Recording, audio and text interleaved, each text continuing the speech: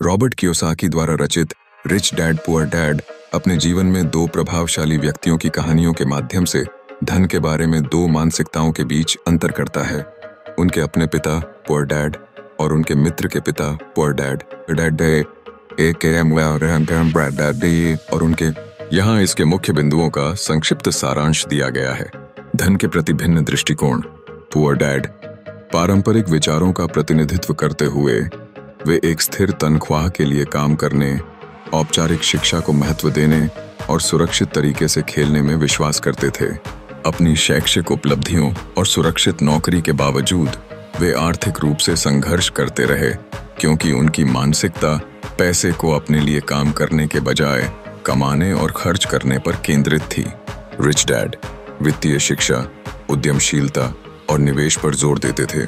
उनका मानना था कि आय उत्पन्न करने वाली संपत्ति अर्जित करके धन को अपने लिए काम करना चाहिए। इस प्रकार धन का निर्माण करना और वित्तीय स्वतंत्रता प्राप्त करना चाहिए। वित्तीय शिक्षा का महत्व।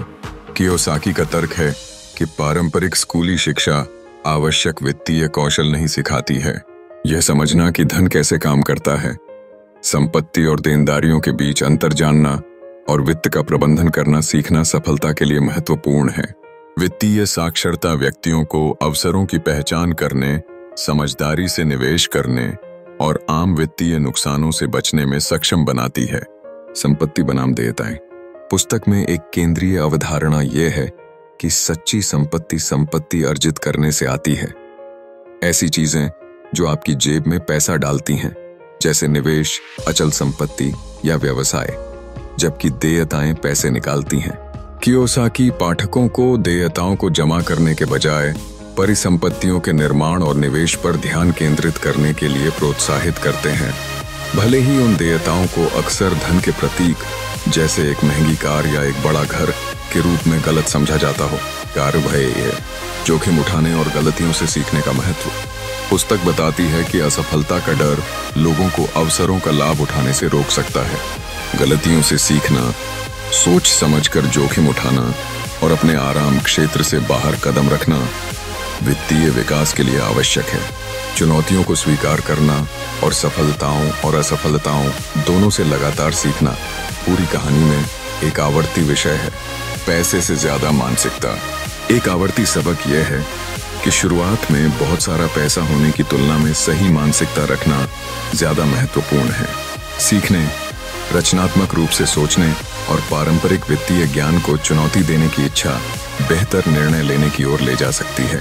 पैसे के लिए काम करने से लेकर पैसे को अपने लिए काम करवाने की मानसिकता में बदलाव दीर्घकालिक वित्तीय सफलता प्राप्त करने में महत्वपूर्ण है।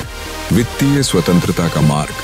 कियोसाकी व्यक्तियों को केवल कर्मचारियों की तरह नहीं, बल्कि निवेशकों और उद्यमियों की तरह सोचने के लिए प्रोत्साहित करता है। इसमें निष्क्रिय आय उत्पन्न करने और आय के एकल स्रोत पर निर्भरता कम करने के अवसरों की तलाश करना शामिल है। अंतिम लक्ष्य वित्तीय स्वतंत्रता है। केवल अर्जित आय पर निर्भर रहने के बजाय निवेश और निष्क्रिय आय के माध्यम से अपनी जीवन शैली का समर्थन करने में सक्षम होना। कुल मिलाकर पुस्तक काम और धन के बारे में पारंपरिक विचारों को चुनौती देती है, पाठकों से वित्तीय साक्षरता प्राप्त करने, परिसंपत्तियों में निवेश करने और उद्यमी मानसिकता विकसित करने का आग्रह करती है। यह एक व्यक्तिगत कथा और व्यावहारिक मार्गदर्शिका दोनों के रूप में कार्य करती है, जो धन बनाने और वित्तीय स्वतंत्रता प्राप्त करने के लिए एक सक्रिय दृष्टिकोण को प्रोत्साहित करती है।